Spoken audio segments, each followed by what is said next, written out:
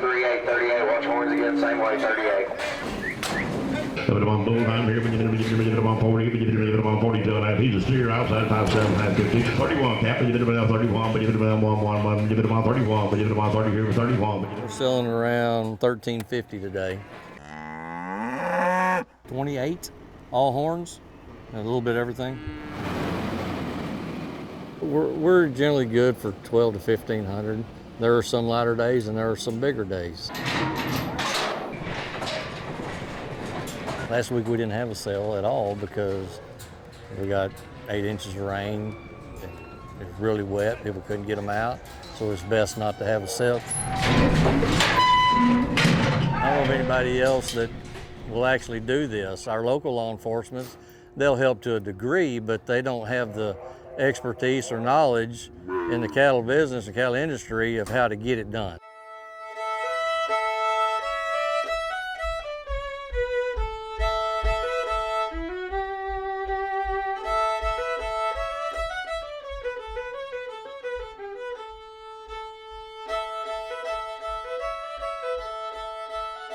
Early 1900s it was, you know, you have vigilantes that did it. But, you know, prior to there being law and order in Texas and Oklahoma areas, you know, it was kind of you were the judge and jury and you did it yourself. The mid 1800s to early 1900s, it was done, but probably shouldn't have been. TSCRA started in 1877 by ranchers not far from here in Graham, Texas, for the purpose of protecting their livestock as they trailed livestock, as in the old Western movies, there were theft. Down in Texas where I come from, we just go out and get a man and string him up. That's right. I say stretch him. So they commissioned with the local sheriff's departments. Quickly they understood that the cattle were traveling across vast areas, and so they needed the wide range of authority. So they went to Texas and actually were given 10 Texas Ranger commissions. We're commissioned through the Department of Public Safety and the Texas Rangers as special rangers. You know, I get approached all the time and I'll explain what I do and people are like, well, I didn't even know y'all existed. And, you know, we have been around since 1877. And we're commissioned law enforcement that can make arrests, and they didn't even realize we could do that. So I wish more people knew so that they could benefit from, you know, what we do.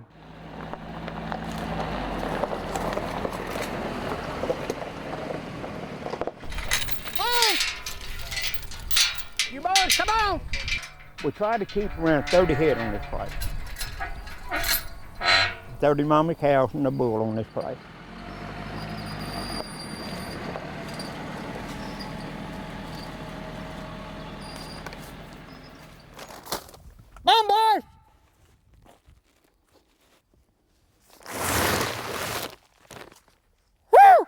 They will respond to a horn, but they won't, my cows won't. I only call them, if you don't know how to call my cows, they won't come. Unless you shake a feedback at them.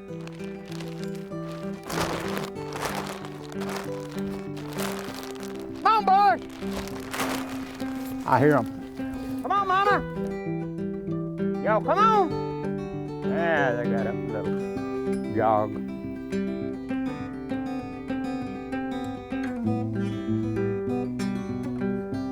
Come on, Mama. It's extremely frustrating, especially since they targeted me. They told them it's my cattle. It's like somebody coming in your house and stealing your television set, when it was your television set, and then somebody came in and took it. You've lost the value of the television set, plus you have to replace it. You feel violated when somebody comes in and just, our margin is so close anyway. And then when they come in and they take your livestock, that really affects your bottom dollar. At that time, those cows were $1,000 a piece. Stealing one cow can affect you for years, especially if it was a young cow or heifer or something like that. You know, that could be up to $30,000, $35,000 for the life of that animal. So it can affect, just one can affect them that much, and would be a big loss. Here we would look for different brands of cattle that have been reported stolen or missing. We would come, get with our market inspector that works here, see if they've seen anything, and also check ourselves. We do get a lot of calls from sale barns to come look at cattle that are suspicious. That not the cattle are suspicious, but the people bringing them in are suspicious. And we also help the sale barns with hot checks. People that buy cattle but didn't actually pay for them and drive off with them. We do a lot of recoveries on stuff like that. So working with the sale barn is very important for what we do, and it's important for them that they have somebody to call that can focus in on their business. Still one baby calf that weighs 200 pounds, and it's, you're looking at 2 to 10 years in prison. It's a third-degree felony. Up to, if you steal over $100,000 worth, it bumps it up to a second-degree felony. So it's a very serious crime, and it is because it's people's livelihood. A lot of the thefts that we encounter as far as going out to a pasture and stealing cattle, people building their pens by roadways is a bad thing. And a lot of people feed their cattle with cubes, range cubes, and somebody can drive by and see the gates open, see the cattle. They get some range cubes, shake a sack to them, and they'll come in the pens and they'll shut the gates. They may wait till that evening to come back with their truck and trailer to load the cattle. Well, once you have them penned, it doesn't take very long, 5-10 minutes, to load the cattle and be gone. I had a guy that was stealing cattle. He had a hatchback car and a feed sack, and he drove around to pastures on county roads and would find where there was pens next to the road, and he'd call the cattle up, and he would leave after he caught them and contact the sale barn from a number in town and tell them, hey, I have some cattle I need to sell, but I don't have a trailer. Can y'all pick them up for me? Well, most sale barns do that. They will go pick up the cattle. So the sale barn went out and picked up the cattle for him. He gave directions. The funny thing is while they were there, they said, hey, there's some cattle in these pens across the road from it too. Did you want us to get those? And he was like, oh yeah, get those too.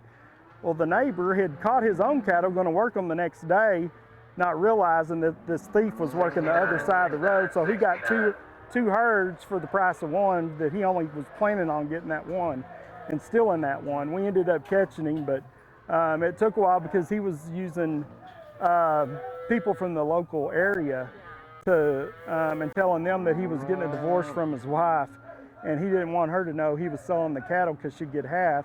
So could he put the cattle in their name, and he'd pay them $500, and they'd do it.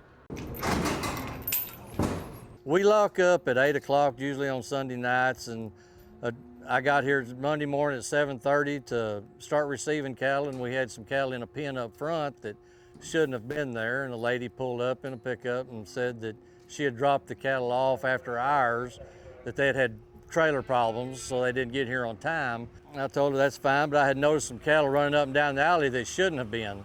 So I had asked my guys to pin them, count them, because we keep about 10 to 15 head in the pen at a time, and they count them. The head count should about right, within normal, and I checked her cattle in, and I guess about halfway through the sale, these cattle should have sold at the beginning of the sale, and in our system they had not sold yet.